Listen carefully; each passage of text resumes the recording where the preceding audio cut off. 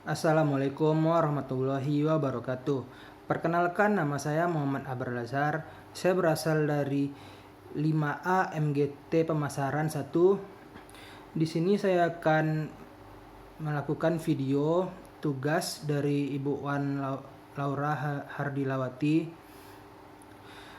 Jadi materi yang saya bahas yaitu konsep budaya dan sosial dan kelas sosial dan kelompok referensi. Dan pada kesempatan kali ini saya akan membahas mengenai kelas sosial.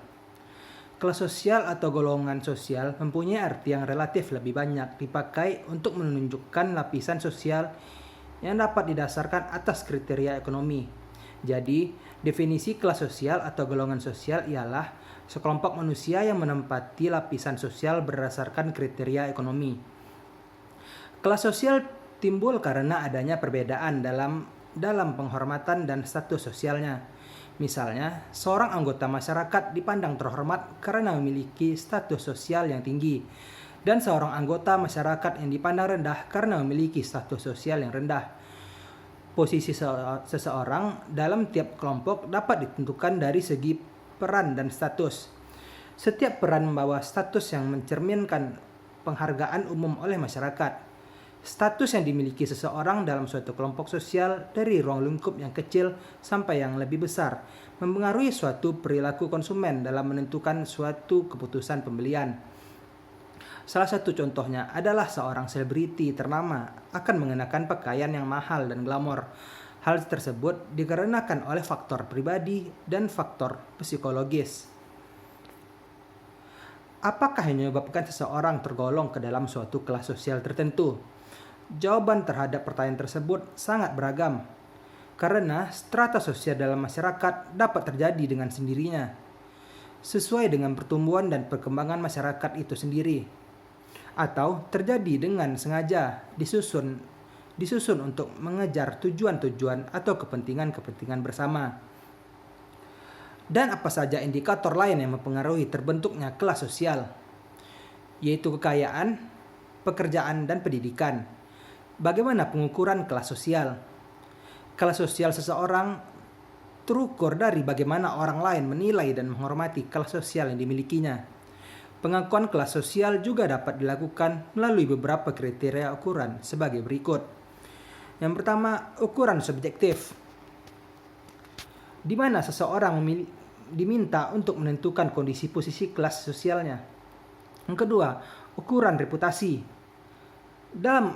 Dalam kelas sosial ditentukan oleh orang-orang lain yang dari luar lingkungannya. Biasanya dinilai dari seberapa besar orang lain mengenal namanya. Yang ketiga, ukuran objektif. Kelas sosial ditentukan berdasarkan atas variabel sosial ekonomi seperti pekerjaan, besarnya pendapatan, dan pendidikan. Apakah kelas sosial berubah-ubah? Jawabannya adalah kelas sosial yang dimiliki oleh seseorang merupakan hasil kerja keras. Dengan kerja keras tertentu, kelas sosial akan meningkat. Namun untuk mempertahankan pun butuh perjuangan. Bila tidak, maka kelas sosial yang sebelumnya dimiliki akan mengalami penurunan. Kelas sosial senantiasa akan berubah seiring dengan prestasi seseorang di masyarakat. Untuk itu, agar kelas sosial seseorang selalu terjaga, maka ia perlu menjaga dengan usaha yang lebih keras. Lalu, bagaimana pemasaran pada segmen pasar berdasarkan kelas sosial ini? Dalam ilmu pemasaran, sebelum melakukan berbagai macam promosi atau pemasaran lainnya, pasar atau segmen yang dibidik harus jelas terlebih dahulu. Segmentasi merupakan seni yang mengidentifikasikan serta memanfaatkan peluang-peluang yang muncul di pasar. Karena sosial dapat mengsegmentasi pasar secara tepat dan dapat mengidentifikasi golongan pasar tertentu. Untuk mencapai hasil pemasaran yang optimal, kita pertama kali harus terlebih dahulu melakukan segmentasi pasar atas produk yang akan kita jual. Segmentasi pasar pada intinya membagi potensi pasar menjadi bagian-bagian tertentu. Bisa berdasarkan ekonomi dan pendidikan ataupun juga berdasarkan gaya hidup.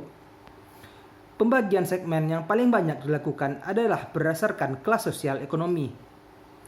Sebagai misal, pembagian yang sering dilakukan adalah pembagian lapisan pasar menjadi 4 kelas.